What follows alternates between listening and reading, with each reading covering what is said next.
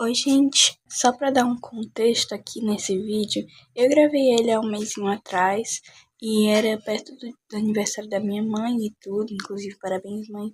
E aí eu tava terminando assim algumas leituras e tudo, e eu resolvi trazer para vocês um pouco aqui, né, dessas minhas leituras, recomendar alguns livros e etc. Então espero que vocês aproveitem, né, esse videozinho que é mais focado mesmo numa distração de todos os conteúdos aqui, né? Eu tinha gravado ele originalmente para o meu canal pessoal, mas só que eu aproveitei para trazer também para o Conhecimento Nerd como uma forma de conteúdo extra. E é isso, muito obrigada e aproveitem o vídeo.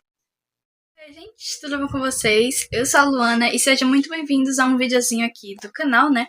Eu não costumo trazer muitos vídeos aqui, né, nesse meu canal pessoal, porque, enfim, eu sou mais focada lá no Conhecimento Nerd e também eu não tenho tempo de ficar alimentando sempre dois canais, mas enfim, eu tô aqui por causa que hoje, dia 24, está fazendo 3 dias que eu estou me recuperando de um luto pós-término de leitura, por causa que dia 21 eu finalmente terminei um livro que marcou muito a minha vida, né? Marcou 2 fases da minha vida que, assim, foram muito importantes para mim e tudo, e é isso, né?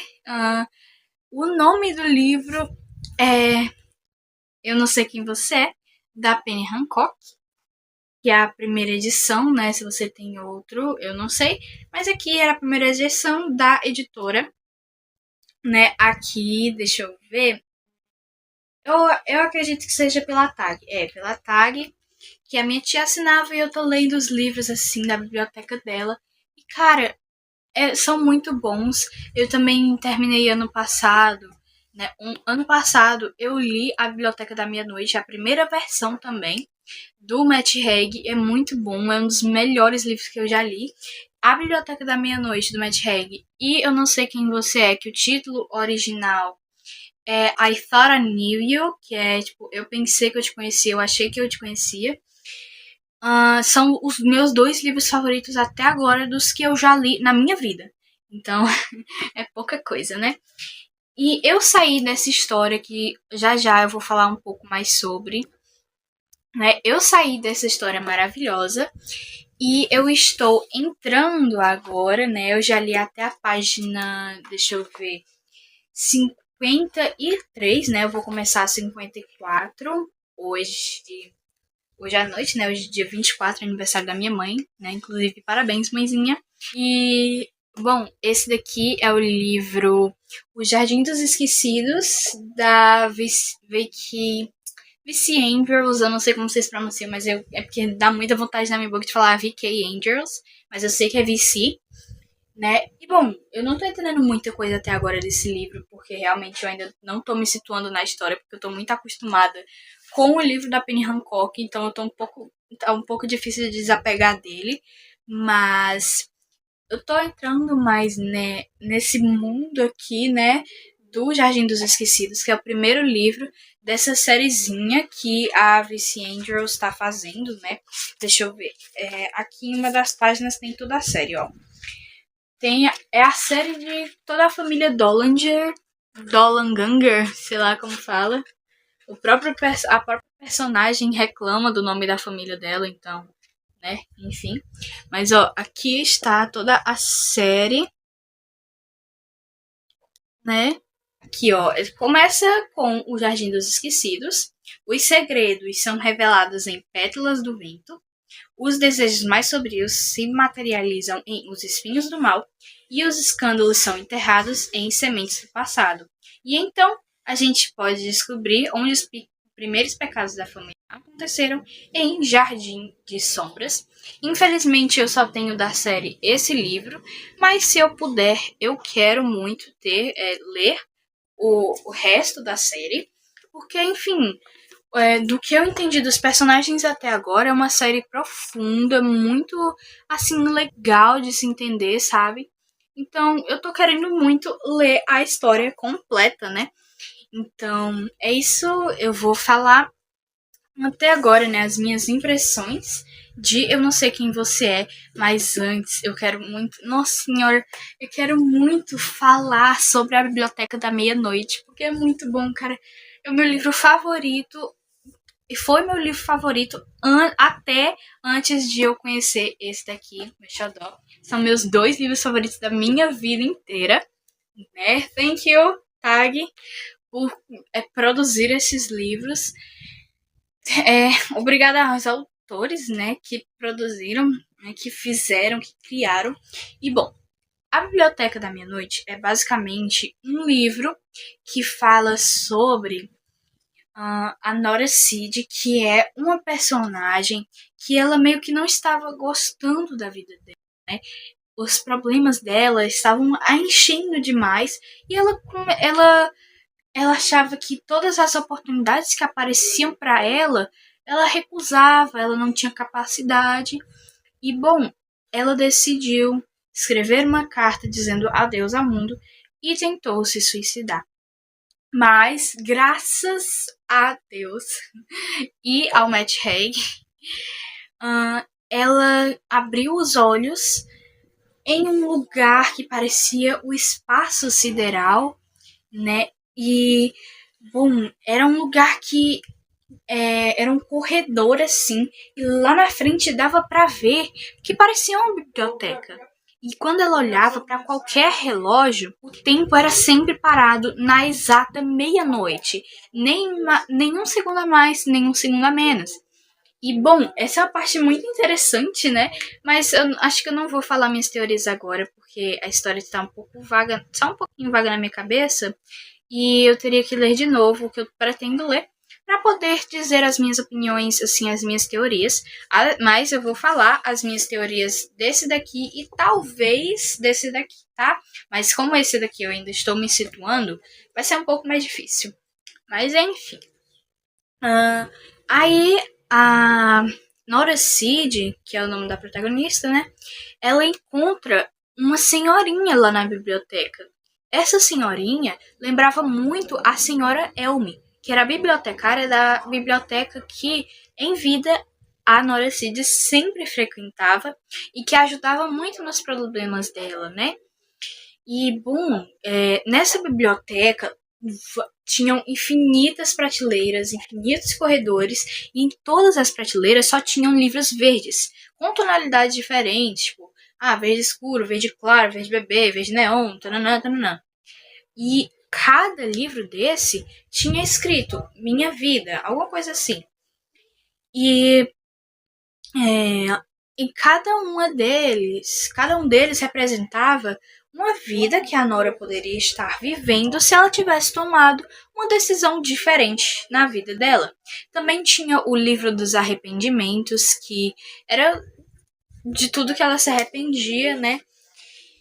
E, bom, tinha muitas coisas, muitos elementos na história. É muito emocionante. Ela vai visitando de livro em livro. Ela até encontra um carinha que ela gosta muito. Spoilers, tá? Ela encontra em um desses livros que ela vai viajando. Ela encontra um carinha que ela gosta muito. Eles até se beijam. E ele também é um carinha que fica viajando entre vidas, entre livros. E, bom, eu acho que essa parte dos livros serem uma nova vida, eu acho que é tipo uma metáfora muito grande e muito especial, assim, que remete realmente que quando você abre um livro, você não tá esperando quase nada, né? Você abre aquilo e, de repente, ele muda a sua vida, a sua percepção, o seu modo de ver as coisas, seus objetivos, enfim. Um livro muda vidas. E um livro são vidas diferentes, representam vidas diferentes, né? Assim como os livros da Biblioteca da Meia-Noite.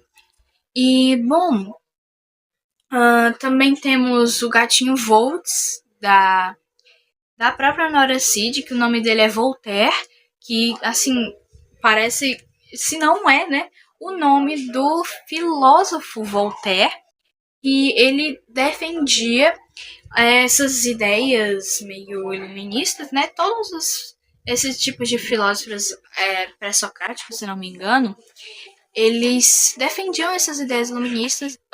Também temos, nossa, é muita informação, sabe, que esse livro traz. Tem a loja, alguma coisa de cordas, eu não me recordo, eu li esse livro ano passado. Até hoje eu divulgo ele pro máximo de lugares que eu consigo, né? Tanto é que eu tô falando dele aqui. Mas temos. É Teoria das Cordas. Tem a Nora, ela sabe tocar teclado, né? Ela dava aula de piano. São muitos elementos que deixam a história mais viva. E que, assim, cada experiência que ela entrava era um mundo diferente, tanto para mim quanto para ela. Também tinha a Nora Cid, ela tinha um sonho, ela contava muito pra senhora Helm, ela tinha um sonho de ser glaciologista. E em um desses livros, ela é glaciologista, ela encontra um urso e tal, ela fica com muito medo, obviamente, né? Ela pensa um monte de coisas. Tem vidas que ela experimenta, que ela fica com o ex dela, que o pai dela ainda tá vivo, que ela é famosa. Tem outras que a teoria das cordas não fechou. Tem outros que ela é experimentadora de vinho, ela vende vinho. Tipo, o quê?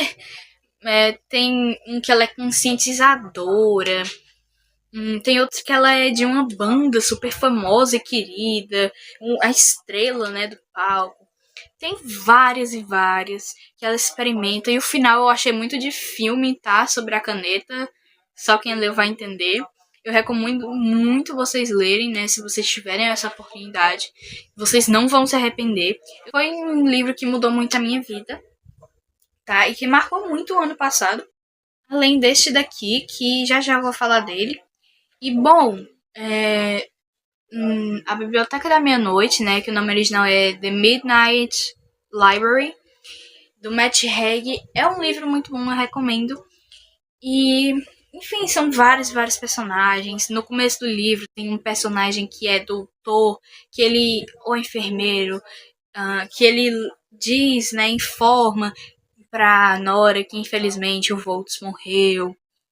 Enfim, são muitas coisas. Ela escreve aquela carta, eu acho que eu até já falei, ela escreve aquela carta dando adeus pro mundo. E quando ela acorda nessa biblioteca, meio que a vida dela mudou e no final ela finalmente percebe que a melhor vida que ela poderia ter era a que ela já estava tendo. E então tem um final épico lá na biblioteca, e depois ela retorna e percebe que a vida dela era a melhor que ela tinha, e começam a aparecer oportunidades e tal. E aí ela consegue dar aula de novo de teclado, de piano, pro meninozinho que ela ensinava, ou era menina, nem lembro mais. E, enfim, as oportunidades que ela queria começaram a aparecer e foi muito feliz no final, eu adorei. E, enfim, é isso. Agora vamos para o segundo livro que eu vou apresentar aqui hoje, que é o que eu vim, né, pra contar sobre, que é Eu Não Sei Quem Você É, ou então I Thought I Knew You, da Penny Hancock, que é maravilhoso, aqui é a primeira versão, tá?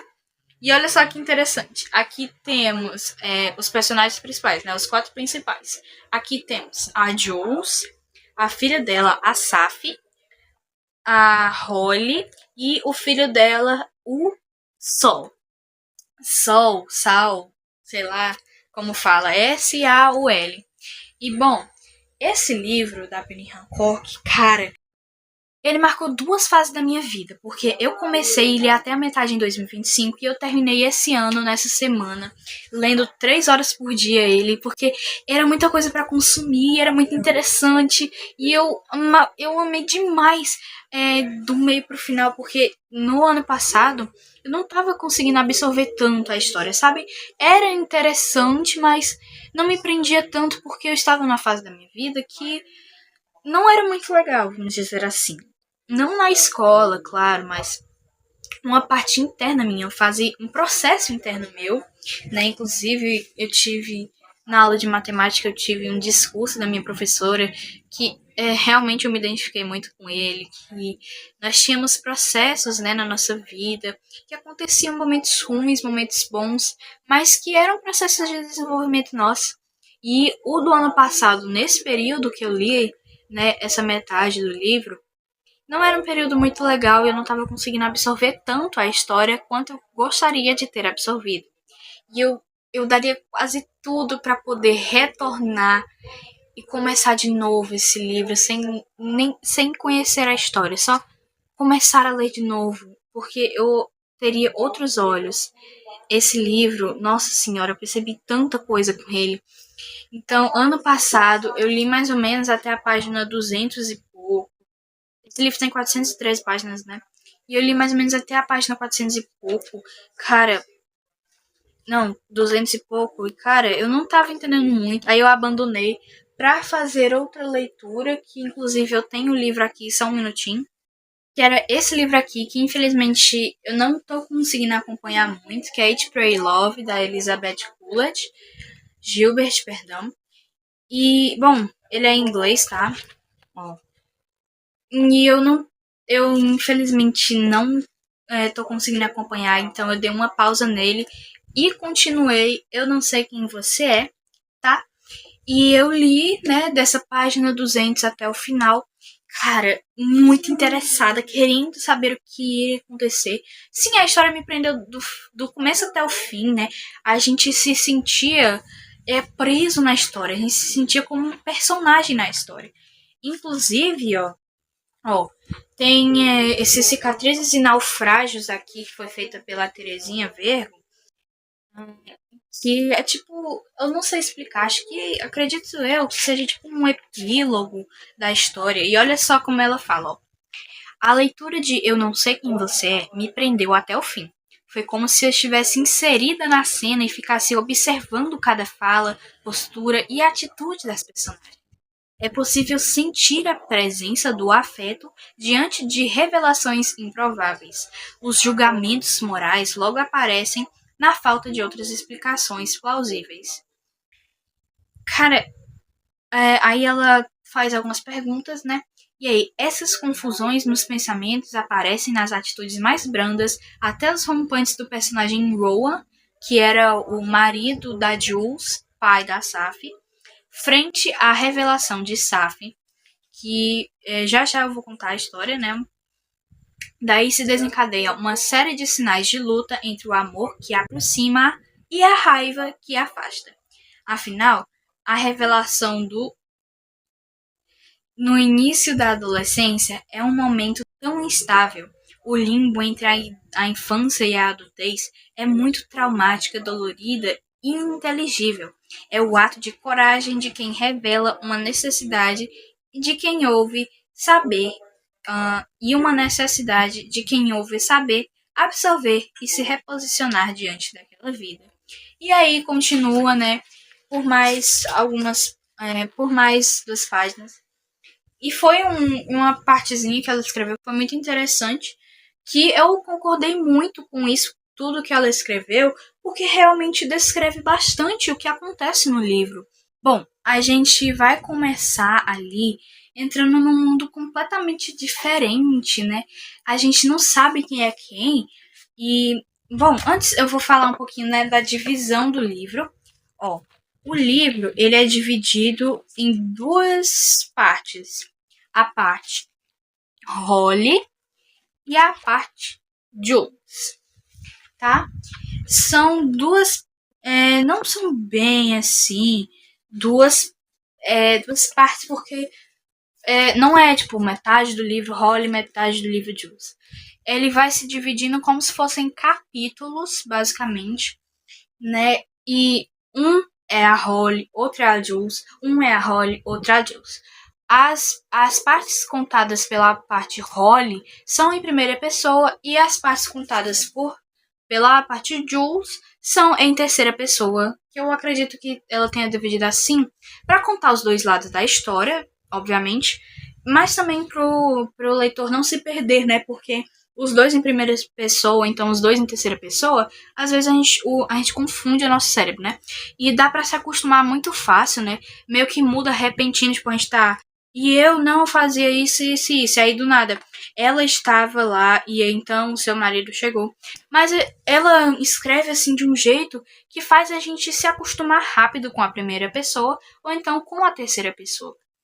Então, a gente começa pela parte Holly, né, que ela começa falando do sol, do... Aqui, ó, é assim que se escreve o nome dele, e eu não sei pronunciar, mas espero que esteja aparecendo. Mas, eu não sei pronunciar, mas é o sol, sol. Enfim, eu vou falar sol, mas você interpreta do jeito que você quiser.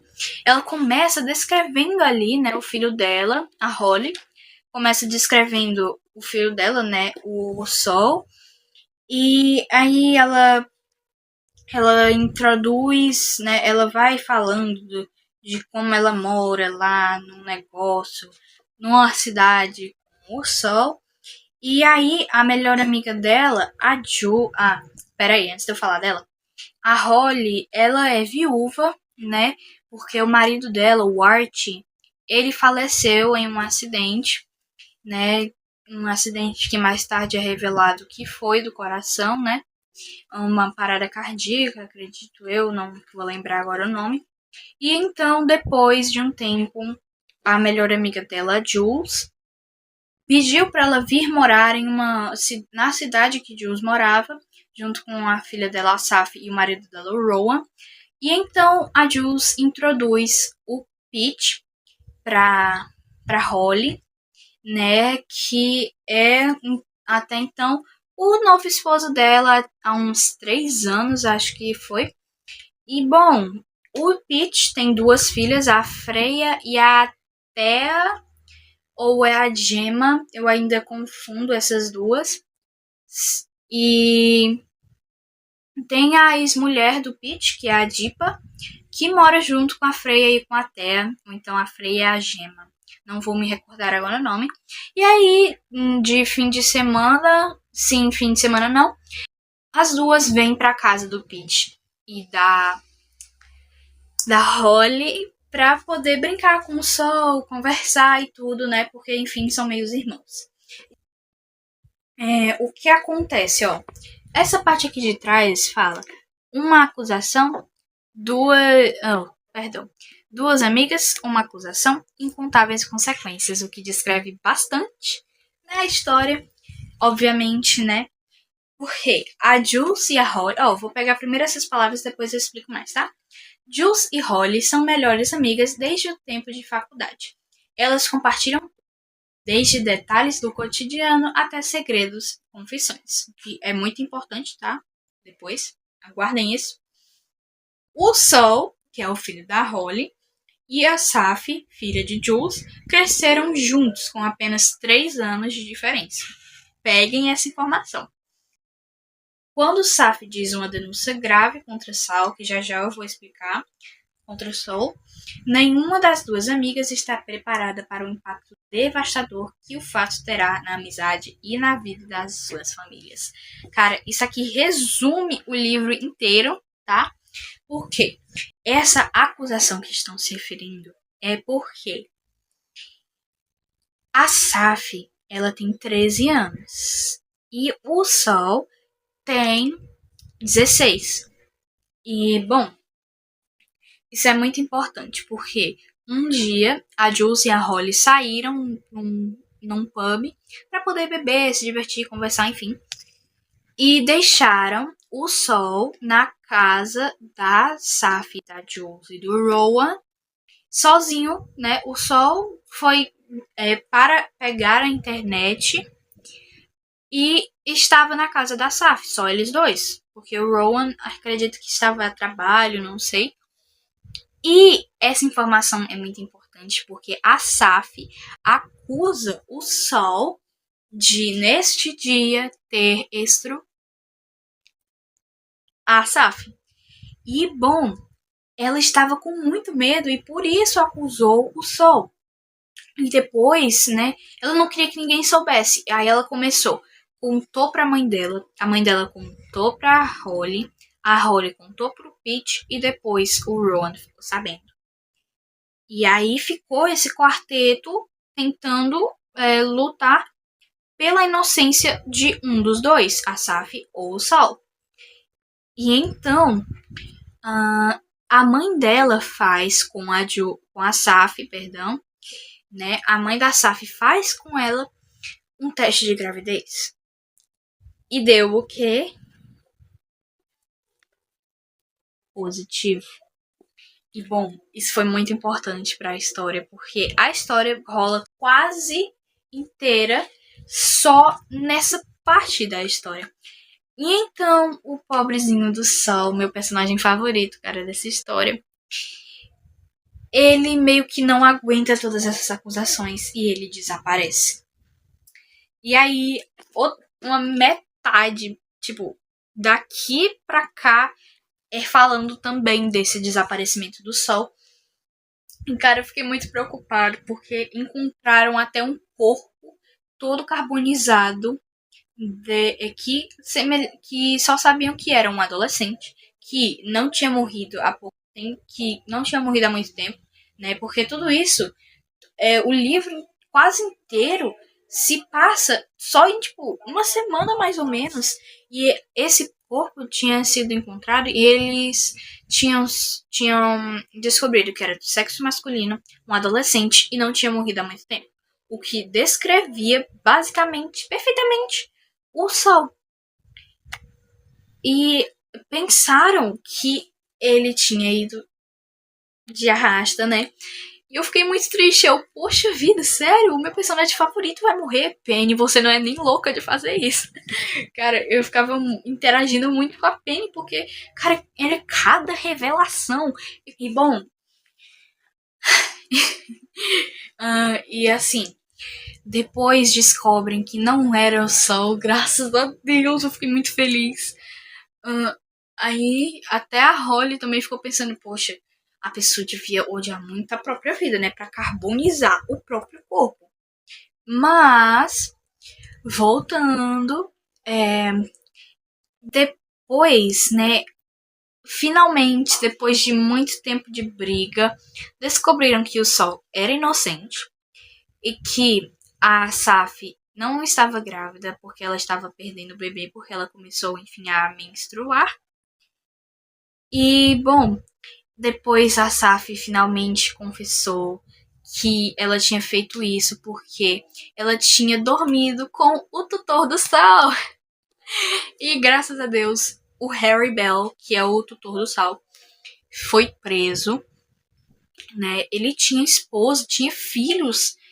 E, enfim, só um criminoso mesmo para fazer algo como isso. Ele seduzia as crianças para poder depois dormir com elas, né? Dizendo que ela era especial, isso e aquilo. E, bom, depois acontece que as duas famílias finalmente se juntam de novo. Não totalmente, porque, enfim, uma rachadura sempre vai ficar cicatrizada, mas mesmo com as cicatrizes, essa união fez com que salvassem a vida do Sol e da Holly, que estava entrando em pânico com o desaparecimento do Sol. Porque a Saf veio, né, jantar na casa da Holly. A Jules não conseguiu entrar, mas enfim. Sim, né? Quando eles começaram a conversar e falaram do Art, falaram do Sol, e aí acabou que a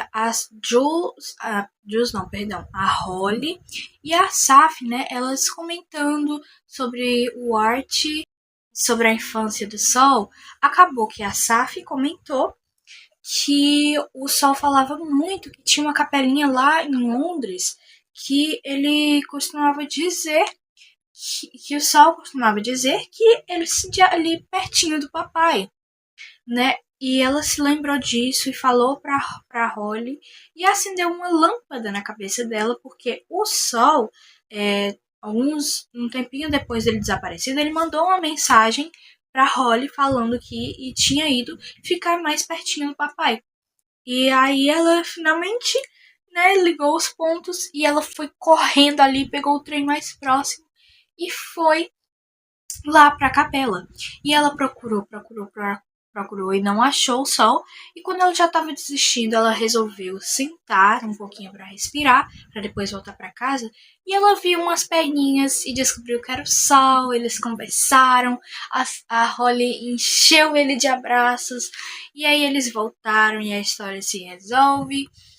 E a Holly acaba dizendo que ela vai se mudar de cidade novamente para poder recomeçar uma vida nova. E aí acaba que eles dão umas brincadas lá na ponte, né, no rio, que boa parte da história se resolve. E é isso, né? E assim, é uma história muito interessante. Eu recomendo muito mesmo que vocês leiam esse livro. Além de Biblioteca da Meia-Noite, né, obviamente. São, assim, dos livros que eu já li até agora na minha vida. Esse daqui, Eu Não Sei Quem Você É, da Penny Hancock, e A Biblioteca da Meia-Noite, do Matt Haig, são os melhores livros. Então, agora vamos passar para o último livro que eu estou pretendendo falar neste vídeo, que eu sei que já está grande, mas eu gosto muito de leitura e eu sei que muita gente também vai gostar. Então, aqui estão algumas recomendações de leitura para você, né? Ou então, aqui está mais uma pessoa para você conhecer que também gosta desses livros que talvez você já tenha lido, né? E agora vamos para este daqui, que é o livro O Jardim dos Esquecidos, da V.C. Andrews. E até agora tá interessante a história. Não vou dizer que eu tô entendendo muito, não tô entendendo muito, porque eu só li até a página 74, tá? Assim, é um novo dia, por causa que ocorreu um problema na minha gravação e eu tive que gravar o resto do vídeo em outro dia. E assim, até agora, o que eu estou entendendo é que a autora aqui, a V.C. Andrews, ela escreveu aqui, deixa eu mostrar para vocês. Nessa primeira parte, ela, no prólogo aqui, né, ela escreveu que o Charles Dickens, ele costumava iniciar os romances dele como desde o nascimento do protagonista, né, da pessoa, até o momento atual onde a história irá se passar.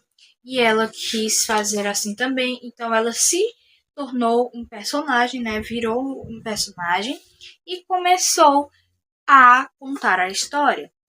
E aí começa aqui na página 17 com Adeus Papai, que conta sobre como foi a morte do pai da Cat, que é a protagonista, do Christopher e dos gêmeos, tá?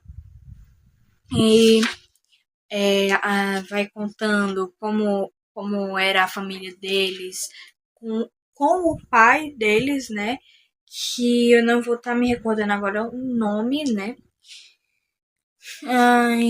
Eu acredito que nem tenha falado o nome dele. Mas enfim, aí vai contando que era uma família cheia de amor, que toda semana que o pai deles chegava em casa, ele trazia presentes. E assim, a gente se cativa muito pela família da Cat. Tá? Eu falo Cat, mas se pronuncia. Não, mas se escreve Cathy. Então, eu acredito que seja Cathy ou Cat, alguma coisa assim. Eu vou falar Cat, porque eu acho mais prático, né? E assim,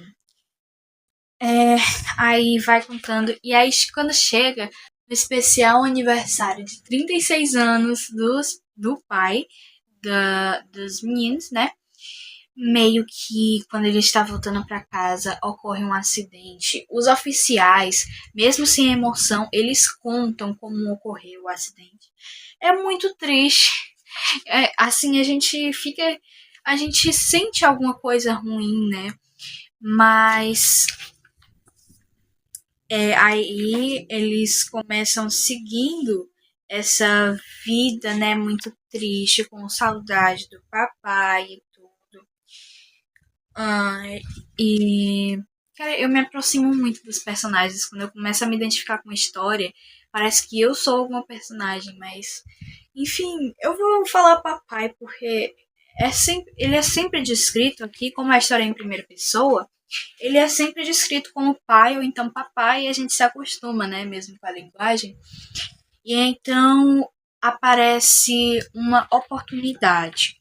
Então, a mãe dos meninos, né, a senhora Corine, ela ela deixa os filhos muito preocupados porque ela sempre tá ali olhando para um vazio e escrevendo cartas e mandando muitas e muitas cartas até que ocorre de ela estar muito feliz porque ela recebe uma resposta, que é uma carta de 3 páginas, né?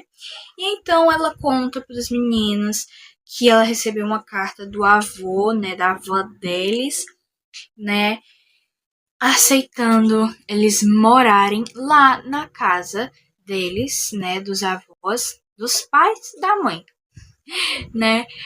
E assim, ela conta que a família dela é muito rica, que tem a riqueza deles é absoluta, eles têm um domínio total, eles têm tanto dinheiro que não sabem o que fazer com eles. E então ela diz que eles vão ser despejados e que vão levar as coisas deles. E aí surgiu essa oportunidade deles morarem lá na casa dos avós. E então eles seguem viagem, levam apenas as coisas importantes. E daí eles vão seguindo, né? E vem um carro e leva eles. Um carro não, né? Uma carona. E leva eles até um lugar no meio do nada. E então os filhos já ficam suspeitando, né? O que está acontecendo aqui? Cadê a casa rica que a minha mãe falou? E então a mãe deles começa a andar pedindo para eles seguirem. Eles vão e seguem a mãe, né? Que eles não podem questionar. Quer dizer, eles podem, né? Mas enfim. E então eles seguem e andam por bastante tempo. Acabou que eles tiveram que acordar os gêmeos que estavam dormindo no colo deles porque não estava aguentando o peso. Aí depois de eles andarem um pouco, eles percebem que a mãe deles deixou 2 malas bem pesadas para trás. E a mãe explica um porquê que eu, pelo menos, não estou confiando, né? E então eles chegam lá e a avó deles, por mais que ela tenha recebido relativamente bem eles, ela acaba que se mostra uma avó muito cruel, né? Eles só podem viver em um quarto, trancados. E aí tem toda a descrição de como era, que os irmãos mais velhos tiveram que cuidar dos mais novos, né? E a mãe deles, né, sumiu, tipo, ela no mesmo dia ela foi embora e até agora no que eu tô lendo, ela não voltou. E eu tô achando que ela não vai voltar por causa que, de acordo com ela ia só buscar as malas que ela pediu pro cara entregar em outro lugar que eram muito valiosas. Eu acho que ela vai abandonar os netos lá junto com a avó. Sabe por que eu acho isso? Eu vou explicar minha teoria, calma aí. Aqui fala, ó, aqui nessa sinopse fala: eles eram uma família perfeita e despreocupada, até que uma tragédia ceifou sua felicidade, que eu acredito que tenha sido a morte do pai, né? Por causa de uma herança que vai garantir seu futuro, as crianças devem ser escondidas, como se nunca tivessem existido.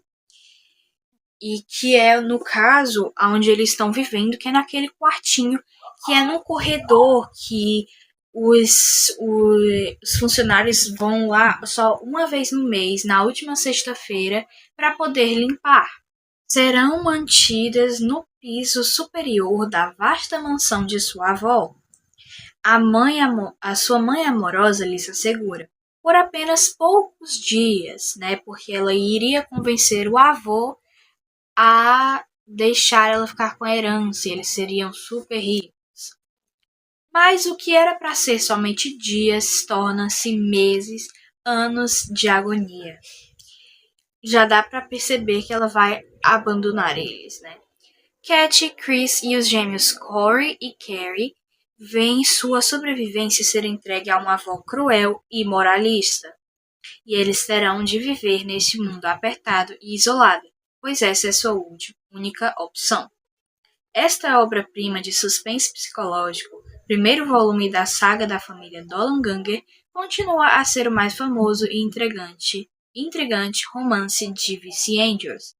Foi adaptada pela segunda vez, olha que massa, para o cinema, com lançamento em 2014. E o segundo livro da série, Pétalas ao Vento, foi adaptado para a TV e estreou em maio de 2014, no canal americano Lifetime. A rede anunciou a produção de mais de 2 obras da sequência para 2015, né? E assim, eu já tenho as minhas suspeitas de que eles terão que morar para eternidade assim da história, né? Com a avó deles, que eu não vou com a cara dela, sinceramente, porque ela deu regras impossíveis para eles e só quem já leu, né, vai entender. Já leu o começo, pelo menos, né? Vai entender do que eu tô falando. E assim, eu tô muito curiosa para conhecer mais sobre essa história, por mais que para mim a leitura esteja um pouco complicada, sinceramente. Mas eu não vou dar ainda as minhas opiniões, porque eu quero ter mais conhecimento da história para poder opinar, né? E assim, é isso, né? Eu desabafei por enquanto. Eu vou até mostrar para vocês quais serão as minhas próximas leituras depois do livro da V.C. Andrews, porque eu quero mostrar para vocês a lista que eu tenho aqui, né? Infelizmente eu não vou poder mostrar todos, eu vou mostrar só mais 3, porque são os que eu tenho aqui comigo, porque os outros estão lá na biblioteca da minha tia. Sim, eu já li todos os livros aqui de casa, tirando esses 4, né? Contando com esse daqui da V.C. Andrews. E aí eu estou explorando agora a biblioteca da minha tia, né? Que ela tem vários e vários livros. E um deles, e 2 deles, que são os meus favoritos até agora, que eu falei, né? Que foram os melhores da minha vida. Esse daqui também é dela. E tem A Biblioteca da Meia-Noite, que também é incrível, como eu já falei milhares de dezenas de vezes. Pronto, gente, já estou com os livros aqui em mãos, tá? E são 3, né? O meu nível de leitura já são livros longos, tá? Então, por isso todos são desse tamanho, né? E, assim, o primeiro que eu estou mais ansiosa para ler é O Céu Sem Estrelas, porque olha só, essa capa aqui já me cativou bastante, né? Da Iris Figueiredo. E olha que bonito, né? Eu amo livro com capa assim meio amarelada, né? Olha, tá lindo. Ele é de, deixa eu ver quantas páginas. Ele é de 359 páginas, né? 357 se for contar as contexto. E eu estou muito ansiosa, né, para ler ele. O segundo, né, que eu vou mostrar em ordem dos que eu vou ler. O segundo é esse daqui, tipo, uma história de amor, né? Porque eu sou uma pesquisadora de romances, então não pode faltar na minha leitura. Que é da Abdi Nazemian. Essa daqui eu não conhecia e quero muito conhecer. Olha, só também é meio amarelada, né? Todas os 3 são. É do Abdi, né? Na verdade é um homem, como eu já falei, eu não conhecia, né? Então, perdão. Tem 351 páginas, tá? E por último temos esse daqui do Kevin Lehman. Esse daqui eu já sei um pouquinho mais, né? Que é os 7 segredos que ele nunca vai contar para você, tá? Ele é, deixa eu ver, 255 páginas, tá? Esse daqui é um pouco menorzinho, né? Comparado aos outros, né?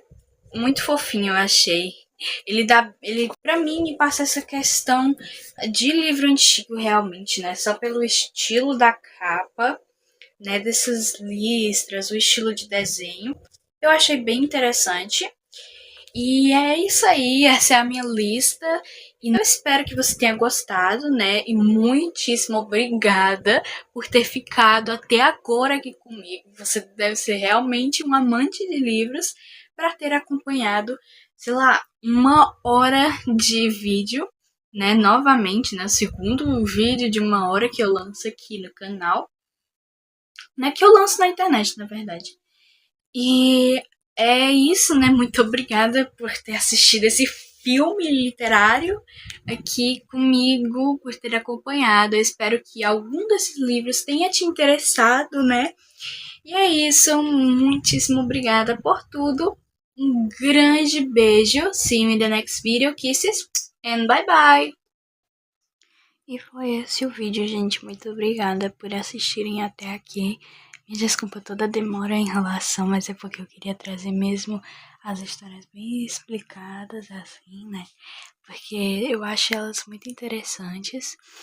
E eu vou ver se eu consigo, né, trazer o link dos livros, né, dos 3 livros que eu apresentei aqui, para poder vocês poderem pesquisar, comprar, dar uma olhada. E também agora, nesse período de junho, nós vamos estar tendo vídeo apenas uma vez por semana, tá? Toda semana. Vai ser todo sábado, né? Pelo menos é o que eu pretendo. Essa semana vai estar sendo quarta, para poder avisar para vocês. Então, neste sábado em específico não vai estar tendo vídeo, mas a partir da semana que vem nós vamos ter vídeo todo sábado, tá bom? Muitíssimo obrigada também pelos 135 inscritos. E é isso, um beijão. See you in the next video. Kisses and bye bye.